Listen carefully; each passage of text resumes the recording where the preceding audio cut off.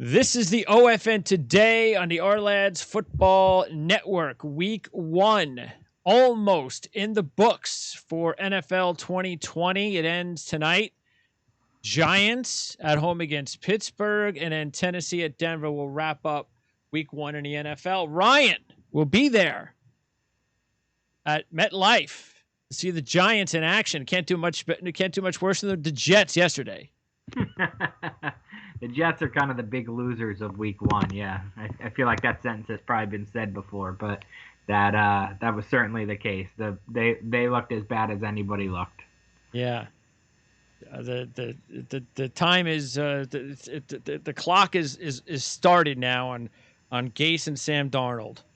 They're tied to the hip, and if they keep playing like this all season, they'll both be gone in 2021. All right. So let's talk about a lot of the other things, the more important things that happened this week in the NFL, starting with the Kansas City Chiefs, and the defending Super Bowl champs did it again over Houston rather easily. The rookie the rookie running back who looked like he would be a seamless fit with the Chiefs certainly was a seamless fit, and the Houston Texans just remain the Houston Texans. So we certainly didn't learn anything from that performance by either team. No, it was exactly the game I heard Chris Collinsworth say on the broadcast, like, we expected more from the Texans. I couldn't disagree more. Like, yeah, right. That's exactly what I expected from the Texans. They never win a big game. They never beat anybody they shouldn't beat. I know they beat the Chiefs last year in the regular season, but blew the 24-point playoff lead. That's who the Texans are. They'll go 9-7 or something and maybe make the playoffs and lose their first game. The Chiefs are a 13-win team. It was exactly the game I expected it to be. And that game, because I watched a lot of games, there's still some games I haven't seen the attendance, but it looked like the Chiefs game on Thursday had the most fans. Yeah, well, they also had the fans who booed the unity display. So whether they had the most fans or not, they certainly had the fans who got the most attention. Has that and I know how the media can get. I had a caller on a show who said he was at the game. He said they were booing because the Texans came out of the tunnel right around the time, and that's what they were booing at. Maybe some of them were booing that, but I've seen videos on social media where you can hear the fans and they're saying things that are specific to booing the politics or the unity. I've heard audio of fans in the crowd, and Very interesting. They were not booing the visiting team. Maybe some people were. Oh, sure. But I would look. It's not a surprise to me at all. But fact is, fans were at the game in Kansas City. And when the fan and it didn't even, when you were on the game itself, and the fact that they were loud enough, it didn't impact anything. It just seemed like it was a regular game. It was surprising to me, though. You said it wasn't surprising to you. It was surprising to me. This wasn't kneeling during the national anthem. Like, this was booing unity. Like, we're booing now. Unity is a bad thing. It didn't surprise me that. No, it didn't. It didn't surprise me how the fans feel about this. Is a very political thing going on, and. Yeah. See, I understand what's going on from both sides, and I know that when the athletes are coming out and they're trying to make it look like, to me, I think they are doing it the wrong way. I think it's almost like there are a lot of fans who act like they're looking down to them, like they need to show the fans how to be unified. So I understand it. I do. I don't agree with the fact that there are people who are, and obviously I don't agree with everything that's going on with this political football season. It's just going to be a total mess. I don't think it's going to get any better. But yeah, I do. I get why they're angry. Yeah, it surprised me. So. Yeah. It surprised me that they did it at that time. I thought it could have been done if you saw them kneeling during the national anthem. Yeah, okay, so we're on that would have been surprised. Yeah, so I would have been more like, okay, I could see them booing for the kneeling. I don't agree with booing the people who do that, but I at least expected the booing during the end. That's why the unity thing. Yeah, that is confusing. Sure. And I know that surprised from players I've talked to around the league. I know that surprised them. Though, like, this is as whatever the word you want to use is as tepid a form of message sending as we can do, and they still booed that. Absolutely. If you compare it to the other leagues, if you look at what happened throughout the entire weekend, the fact that I completely agree with the teams that decide, like the Jets or the Dolphins, that decided to, or the Texans that decided to stay indoors during the anthem. I think that's a great idea because, hey, if you have some guys that want to kneel, some guys want to do this, some guys want to do that, it is better you stay in the stadium and handle it behind closed doors. Yeah. So. We've talked enough about that. Let's get Yeah, well, what about the fans though? Because it did at other games outside of Kansas City feel like we thought it was going to feel. It just feel really weird, and I hate the pumped up noise. I would prefer no noise at all than the fake noise. I agree with you. You know what, I like being able to hear the players. Like I like being able. You've always heard Omaha or whatever audible or whatever, but I like being able to hear some of the other players who aren't the quarterback. I like being able to hear some of the trash talk that's up. To me, the time it was most noticeable was when they lined up for field goals. That was like, to me, that was stunning when they lined up for field goals and like right behind the end zone, it was just no fans. To me, that was where it really, I think the Chargers Bengals game is where it really hit me. Like you're lining up for a game tying field goal and play the game, and there's literally no one there. It makes you think it's like a blowout or something. That was jarring to me. Yeah. Yeah, because it's funny because like when I was watching the hockey games, like someone would score and you would get like a 2-second delayed reaction of a goal. You'd be like, did he just score? You're used to hearing, the crowd go crazy as soon as there's a goal. And then when we're seeing the same thing with plays on the field, like if someone sacks the quarterback, it's like you're kind of waiting for something, and it's just weird when the big plays happen in the game and you don't hear it. And part of the reason I don't like the crowd noise is because I think that what they do is they tend to do it wrong. Like I think it was a time in the Bills-Jet game where the Jets made a positive play, and for some reason the person in charge of the crowd noise ramped it up. Like if it was a Bills positive play. Yeah. That doesn't make. What are they doing that for? I mean, is there a flag on the field? That's what I thought. I thought maybe there's a flag on the field. So anyway, yeah, it's obviously we knew it was going to be weird, and it was. But for Kansas City and Houston, we kind of got what we thought we were going to get. Baltimore, the same thing. Their offense continues to look the way that we think it's going to look. For Cleveland, that's just embarrassing. Not the way you want to get off to a start. They actually got off to a better start last year with Kitchens. Yeah, I mean, this is you. We talked about this on our preview show. You were high on Cleveland. No, I'll pass. That's just not. Well, that's a playoff team. That's not winning the division, but that's a playoff team. Yeah, I'm not. I'm 1 week. Just 1 week. It's a rookie coach. They looked every bit as bad as the Jets, if not worse. So, not impressed with Cleveland. I thought Odell Beckham doesn't look the same. I'll tell you that. He doesn't look the same as he did with the Giants. Baker Mayfield doesn't look like, after his great rookie year, doesn't look like, he's anywhere near as good as Josh Allen. So. And we know Lamar Jackson's obviously the best of that quarterback crop, but Darnold and Mayfield were the first two quarterbacks taken that year, and they're the two who were sitting here now in year 3 going, I don't know about that guy. Yeah, the quarterbacks that definitely had the advantage on this week were the athletic quarterbacks that could run around, make plays with their legs. Yep. Because you knew the offense was going to be behind. They're usually behind anyway early in the season, but this season more than any, they were going to be behind. But the Josh Allens, the Cam Newtons, the Murrays, the guys that could make plays with their legs, that was a huge benefit.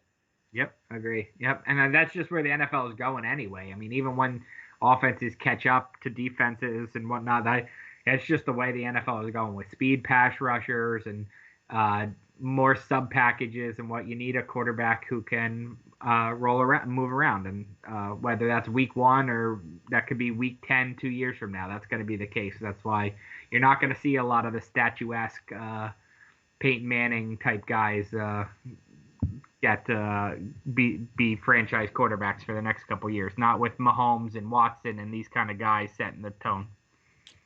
and a couple of teams that looked impressive that had good years last year, Seattle and the Packers. Seattle, it looks awfully good offensively because now that Russell Wilson has more weapons than he's ever had in his passing game, he has Carson back in the running game. That offense that we saw, I think, is going to look pretty much the same all year. I don't think it was a fluke. They're going to be awfully dangerous. Yes, I think Russell Wilson was my MVP pick. Not surprised he played great. I think he really. Mahomes gets all the credit. I think Russell Wilson is 1A as far as the best quarterbacks in the NFL right now. Agreed. Win on the road there in Atlanta, good win. I think that they're a Super Bowl contender like they are almost every year. And Jamal Adams made a difference for him. That's for sure. Yep, I think he had 12 tackles. Yeah, he made some big plays. Covered even Julio Jones on one play for a PD. So. Yeah, and then took a nice shot at the Jets afterwards and said, "I'm not used to seeing an offense score that many points." Yeah, and that just again shows you. I mean, they scored in the 30s a couple of games last year. It just shows you he's a baby. So guys shot takers take shots. Yeah. So. Packers though, I don't know if look. I'm not surprised that Aaron Rodgers in one game, and maybe we're going to see it the whole season, is going to be like, oh, you're going to try to replace me. Okay, We'll see about that. For the Vikings, for them to lose Hunter this past week, just before, I mean, I don't even know where that came from. It didn't seem like that was going to happen. All of a sudden, he gets hurt, and it's a serious injury. Now he's out for a while. So the Ngakoue thing, all he does is replace Hunter, which I guarantee that if Hunter would have got hurt before they made the deal for Ngakoue, they don't make the deal for Ngakoue. I'm not sure about that. That's interesting. Look, from a Packers standpoint, I don't understand the Packers hate all offseason. You and I talked about this too. Like, they won 13 games last year. They have one of the 5 best quarterbacks in the NFL, who's a future Hall of Famer. They didn't lose many weapons. They didn't add any, but they didn't lose many weapons. They still have 2 of the best pass rushers in the game. They have a top cornerback. How is this team going to be bad? How are they going to finish behind the Vikings, who they always finish ahead of, and the Lions on the upstart, or the Bears? Like, I saw people with the Packers 3rd or 4th in the division. Like, in what world was that happening to a 13-3 team with Aaron Rodgers? So yeah, offensively, they're going to be fine. Obviously, it's the defense. The defense can create a pass rush that covers up. They can't stop the run, but they can create a pass rush that might stop them from winning the Super Bowl. But if you can create a pass rush, you're going to win. Well, the thing was, they won 13 games. Yeah. And they're not going to win. I don't care what happened yesterday. They ain't winning 13 games. They're not a 13-win team. Win 11, though. So I think that maybe that's what it is. It's that even though if they go to win 9 games or 10 games, it's like they're completely getting knocked down. And maybe the Vikings, the Bears, and the Lions aren't going to be as good as people thought they were going to be. Yeah. And I'm not saying they're all going to be good, but we all expect we don't know. Look, again, it's week 1. I'm not going to go crazy. I saw the Patriots lose in Buffalo by 40 one year and win the Super Bowl that year to start the season. So I'm not going to go too crazy over week 1. As far as the Saints and Tampa Bay, this was the marquee game. And there were a couple of situations early in the game that I think really affected the rest of the game. You had one of about 3, we saw with the Cowboys yesterday, one of about 3 terrible pass interference calls, which set up, Breeze is just chucking the ball down on 13-3 into triple coverage, and they give him a pass interference at the 3. So instead of either a 3-point field goal or a miss, it's 7 points. And then, of course, you had Vita Vea going off sides on 4th and 2 when they're not going to run the play. So that's 10 points right there. And the Bucs tried to make a game of it, but when you just give away 10 points like that to the Saints, you're not going to beat them. And there was a defensive touchdown too. So they had another pick 6 against Tom Brady. Yep. Yeah. But I still think the Bucs are going to be fine, though. Their defense looked good, for the most part. Yeah, and Brady, he'll get used to this team. Yeah, Gronkowski did nothing. He did nothing. Yes. I don't think that'll continue. Brady is the one thing that's worth keeping an eye on, Greg, is this. Bruce Arians doesn't want to throw 30 interceptions like Jameis Winston, but he wants a Jameis Winston quarterback who's going to gunsling the ball, Carson Palmer or he wants somebody who's going to air the ball out, throw the ball deep, not make as many mistakes as Jameis did. And that's not who Tom Brady is right now. Tom Brady right now at 43 is dink and dunk and accurate and and long drives. He isn't really looking to throw the one play 70-yard touchdown pass. So it's not a great fit. Somebody's going to have to give a little. Probably have to be Arians. Yeah, it's not going to be Brady, that's for sure. Yeah, so it's probably worth monitoring that they could get off to a slow start. But yeah, I still think they're a playoff team. They played the Saints were my Super Bowl pick, and they looked like a Super Bowl team yesterday. So Janoris Jenkins had that pick 6 that we talked about. That's his 10th career touchdown. That's unbelievable for a defensive player. 10 career touchdowns. I think that's the most by far among active players in the NFL. I think next is 7 or 8. So impressive for him. And like I said, I think the Saints are the cream of the crop. All right. Also, big wins, upsets. One pretty touchdown upset, significant. Arizona over San Francisco. And look, this is not a good start for San Francisco because they're a losing Super Bowl team, and we know what happens to teams that lose the Super Bowl. And this is not the way you want to start because Garoppolo looked pretty bad. He did not look good. That's the best division in the NFL, and it's not even close. Do you remember the years, 5, 6, 7 years ago when people used to mock the NFC West? Like, it might be even more than that. Like Seattle won the division with like a losing record one year, and people used to mock this. Yeah. People used to mock this division as like, oh God, do we have to include somebody from the NFC West? Yep. It is the best division, and it honestly, I don't even think it's close. Like, you can't get 4 teams in the playoffs, but if you could, this would be the division to do it. I mean, the 49ers could come in last place. They really could. I do pick in playoffs as a wild card, but they could go 8-8 and come in last place in that. Absolutely. Division.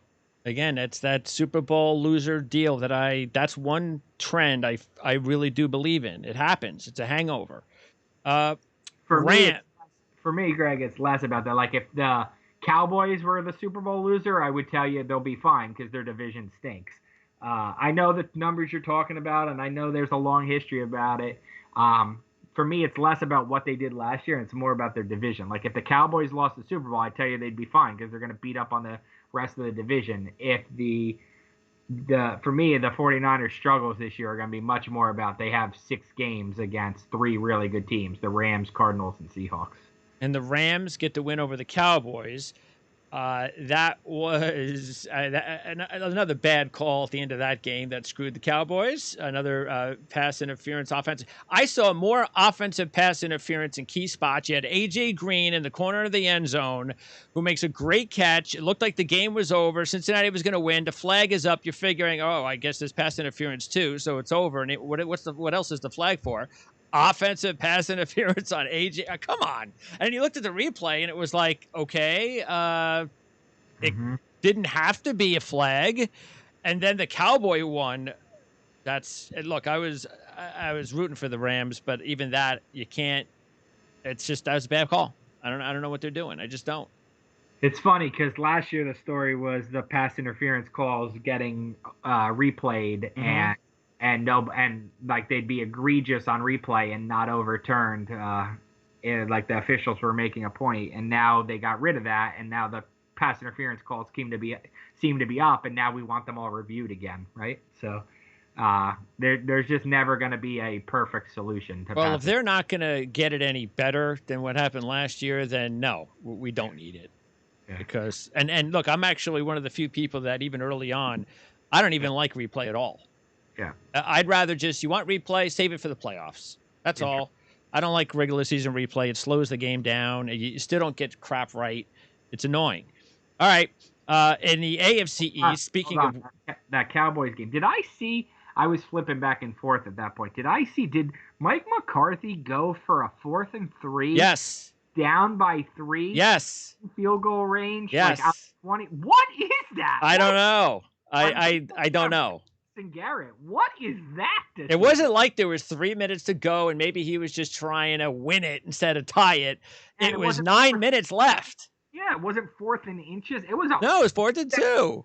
That was the most bizarre play call of the weekend, I thought. So yeah, you would have thought this was just like the old days, like nothing changed. So those were the things that used to happen when, for all the years with the Clapper in charge, they used to make these. It happened at the Jet game last year. I remember they made it one of those weird calls that it was like what was it, a Dak Prescott run or something in a key spot. It was just it looked like they didn't change. By the way, key injuries from that game. Leighton Vander Esch fractured his collarbone. So he may be out for the year. And their starting tight end, Jarwin, looks like he might have an ACL. Yep, he's out for the year. Yep. So, I thought those were two of the more significant injuries. Obviously, the Eagles are very injured.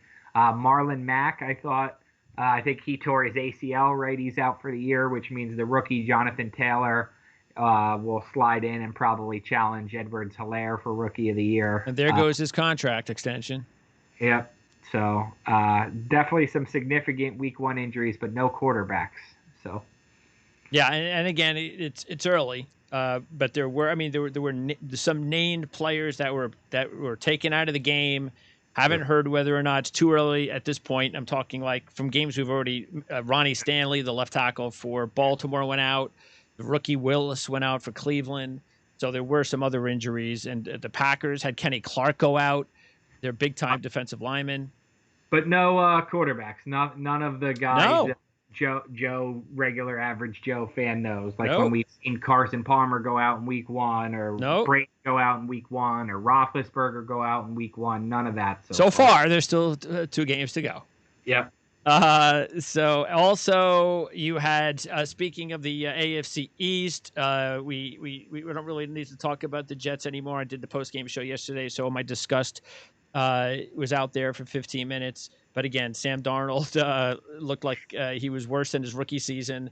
As far as the Bills, don't really know what we can get out of that game because they didn't play anybody. But for New England and Miami, and I'm going to talk to Evan and Alan later about Pats and Dolphins on Pats Probe. But that was a game that was like New England, couple of drives. Cam Newton basically was the whole couple of drives with some big runs, 2 touchdown runs. And it was such an ugly game. It was like, this was what you get when Ryan Fitzpatrick looks bad. Yeah. I think we all forgot that like Josh McDaniels drafted Tim Tebow. And Tim Tebow obviously is nowhere near as good as Cam Newton. But Josh McDaniels has a playbook somewhere where he can have dusted the cobwebs off that one. Yeah, quarterback powers and draws and whatnot. He had that playbook and he dusted it off. I thought that was Cam Newton looked just fine. No surprise, the Patriots looked just fine. Everybody was high on the Dolphins, upstart team, exceeded expectations last year. Patriots looked just fine. Patriots-Bills will be an interesting division race. Yeah, well, the Patriots, Cam Newton still is going to, at some point, he's going to have to develop chemistry of passing the ball down the field because he did none of that in this game. It was an ugly game. It was just, we're going to run the football. They ran for over 200 yards. I'm going to run the ball. They're not going to beat the better teams doing that. They're going to have to open up the passing game. Yeah. And if they can do that, then they're going to be very dangerous. Yeah, and I think they probably can. I think the Patriots have always done what they need to do to win the game. And if you're going to put 8 in the box, they're going to throw the ball downfield. And if you're not going to do that, then they're going to run the ball. So they'll look different week to week like they usually do. Also, Vegas gets a win. First game as Vegas. A game we all expected, a high-scoring game with 2 pretty weak defensive teams. And the Chargers got the win over Cincinnati. We talked about A.J. Green's play. Burrow had his moments, but he made some really boneheaded plays, as a rookie should. But brought the team down the field. It looked like they were going to win the game. So, correct. And maybe should have won the game. That was not a good win for the Chargers. That was a bad win for the Chargers. They did not look good. The defense looked okay, but that's a rookie quarterback. Correct. Tyrod Taylor's not going to He was not the answer. They're making a mistake because they had a good team. Obviously, they're worse without Derwin James, but they have a good team, and they don't have the right quarterback, and so they're gonna struggle. I think if they had a good quarterback, if they had even a Nick Foles or somebody, I think they could be the second best team in that division. But their offense is gonna hold them back. There's no two ways about it. And as far as Denver, they play tonight in the AFC West, hosting Tennessee. And after the Colts lost to Jacksonville and the way Houston looked, Tennessee is in a really good position here to basically say, you forgot about us. We're the best team actually in this division. Didn't somebody I know pick the Colts to win the Super Bowl? Somebody I know picked the Colts to win the Super Bowl. That's okay. I picked Jacksonville to upset the Colts week 1. I did. Hedge your bets. I like it. No, well, it's history. Jacksonville has a really good history of beating the Colts in Jacksonville. So even when Jacksonville stinks. But Phillip Rivers did throw for over 350 yards. I feel like every Phillip Rivers game ends the same. Like he has the ball and a chance to score or win or tie and doesn't get it done. I tell you, it's going to be because Jacksonville is not going to be as bad as people think, which is the reason why I did pick Jacksonville to win the game. They're like Miami last year. Everybody thought they were going to tank for the number one. Players don't tank. This is what people don't understand, Greg. You understand this. Players don't tank. Like, organizations can trade people away or whatever. Players whose paychecks depend on this are never going to go out there and purposely lose. It's just not going to happen. So, like, no matter what the team does around you, the players are not trying to tank because they're trying to keep their jobs. So they're going to try hard to win. And they're not as talented as the Colts, but they played well and they won. And that's a fun offense with Gardner Minshew. And that's going to be interesting because if Jacksonville, let's just say that Jacksonville somehow they end up with the worst record, but Gardner Minshew has a good season. They're still going to draft Trevor Lawrence. Correct. So that means Jacksonville's going to trade Gardner Minshew, and that's good for the NFL. Hopefully Minshew becomes a good quarterback, and we get 2 good quarterbacks into the league next year. Well, we already have one with Minshew. He goes to another team, and Lawrence takes over the Jags. I'm not so sure Jacksonville's going to be the worst team in the NFL after week 1. But, if I'm Jacksonville, I'm not even concerned with that. I'm loving the fact that Gardner Minshew is playing like this. Look, there were a lot of things that happened in week 1 that happened exactly as I thought they would. I thought Green Bay was better than people thought they were. I thought New Orleans was the best team. They looked like it. I thought Arizona was really good. They looked like it. The 2 things that I did not see coming from anywhere were I thought Washington and Jacksonville were by far the worst 2 teams in the NFL, and they're both sitting here 1-0. So that surprised me. I still am not sure I actually saw either team win. Like, I still can't believe it. I'm pinching myself. And what does that say even about the Eagles? Because of all the injuries, we talked about them coming into the season. This looks like the NFC East is going to be another. Well, look, I still think Dallas wins the division, but it still has the makings of another 9-win team, maybe 10 wins. I agreed. It could be very well be a 1-team playoff 9-win champion division. The NFC East. Look, people forget because like during the heyday of the NFL in the 80s and the 90s and whatnot, like it was, Parcells and Gibbs and. There was Lombardi before that, and like people want to look at these blue blood franchises and say like the NFC East, has so much history because so many Super Bowls there. The NFC East stinks and has for about 8 years. So that's just it has. That's the truth. The NFC East stinks. They're a 1-division playoff team pretty much every year right now. And the only hope would be that the 2 quarterbacks for Washington and the Giants can elevate their game and make Washington and the Giants better. And we'll see starting tonight some more Giant football, the progress of Daniel Jones, and the first game for Joe Judge, and you're going to be there. I am going to be there. Look, it's a really tough matchup for the Giants. I'm not sure that there is a tougher matchup on their schedule than this. Like week 1, with so much uncertainty at cornerback, they're going to get Juju Smith-Schuster and Ben and Deontay Johnson and a dangerous passing game. And with so much uncertainty on their offensive line, they get Bud Dupree and TJ Watt. I mean, this is just a case of Steelers' strengths versus Giants' weaknesses. I don't see how the Giants keep it close. Now, I picked the Giants in that game. Oh, good. Well, Good. Tomlin historically, Disagree. no, historically, Tomlin does not do well in his opening road games. So we'll see. He wins them, but it is 6 points. We are talking about a home dog at 6. The Yeah, Giants would have to be pretty bad, I'm which just, they might be, yeah. to lose the I'm more game. talking about the actual result than the spread. But yeah, That's true. if you want to tell me the Giants lose by 6, maybe get a late touchdown or something and lose by Yeah, less than whatever. 6, Sure. I could see that. Yeah, and look, Roethlisberger hasn't played a game in over a year? Well, a year pretty much. So he may need a little bit of. He didn't play no preseason, so he may need time to get into groove with his young team. Throwing to throwing against Isaac Yadam, the Giants' second cornerback, can get you in a groove pretty quickly. Yeah, I think. probably. We would expect that tonight. Yeah. Also, you have the games going up. Did you catch the end of the Detroit Chicago game? Oh, DeAndre Swift. Did I catch the end of it? I did. DeAndre Swift did not. That's just terrible. I mean, you feel for the kid. I mean, his first NFL game, to have that happen. You feel for the guys who have him on their fantasy teams. Yeah, just a total. Look, that's an interesting running back situation in Detroit, right? They have like 4 running backs, and the guy you're throwing to with the game on the line is the rookie. Yeah, so I don't know about that. I think I'd rather have one of the veterans in that situation, in that spot. So. But Lions, you and I were both high on the Lions before the season. But if the Lions are going to be good, it means the Bears are going to be bad. That's really the only way it's going to happen. Like if the Lions are going to be good, it means the Bears are coming in 4th place in that division. And you can't, so to lose. Some of the things that you were talking about, the Giants secondary, the Lions came into the game with they came into this offseason with secondary issues. They went out and they made the first round pick, and then he didn't play. And then they lost Coleman and Trufant in the game. So I can imagine what they were throwing out there in the secondary when the Bears were throwing all over them in the second half. So, yeah, if Trubisky's throwing all over you, you got secondary problems. Yeah. And then finally, week 2 games to keep an eye on. You got Minnesota at the Colts. One of those teams will be 0-2.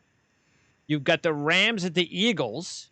So the Eagles got to wake up fast. You got the battle of the undefeated teams, Washington at Arizona. And the big Sunday night game is New England at Seattle. And then Vegas gets their home game with nobody in attendance on Monday Night Football against New Orleans. Those are some interesting matchups. That Sunday night one really interests me. We'll see how the Patriots truly are offensively with Cam Newton. Yeah. How many? I don't know. Have you totaled it up? You have the schedule in front of you. How many 0-1s versus 0-1s? Because no, I haven't totaled that up. The Niners are at the Jets. You're a big fan of the Super Bowl team that loses, struggles. I'm a big fan of the 0-2. You're not going to the playoffs stat, which we know that's a huge. There's numbers out there that it's like something. That's true. 80% of teams who start 0-2 don't go to the playoffs, something like that. So you got Bengals, Browns, you got Falcons, Cowboys, you got Vikings, Colts. If Atlanta goes down 0-2, they're already going to start. It is it for Dan Quinn and Dirk Cutter. For 40, I didn't already know that. 49ers, Jets, Panthers, Bucks. It looks like that's it. So that's 5, 6.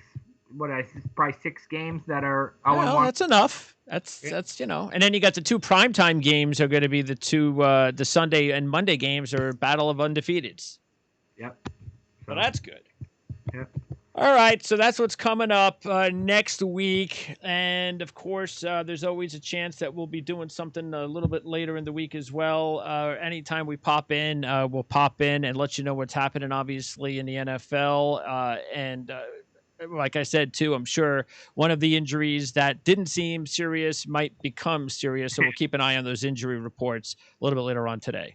Yeah, we have 2 more games where somebody could, change their season with an injury tonight. I like this Titans-Broncos game. It's a shame I'll be writing Giants-Steelers during it because I'm very interested in how that game turns out. I think that's a very pivotal, AFC tiebreaker game down the line. Yeah, plus with Denver, Sanders banged up, So if he doesn't play, that's it's good that they've got some extra young receivers. But Sanders was their number one guy. So if he doesn't go, that's a bad deal. But we get to see Melvin Gordon in uniform for Denver, and the second year for Drew Lock. Yep, and Clowney, but no Von Miller. Who would have thought that? Yeah, Von Miller. That's boy with Chubb and Miller. Wow, it's Denver's lucky they got their Super Bowl a few years ago.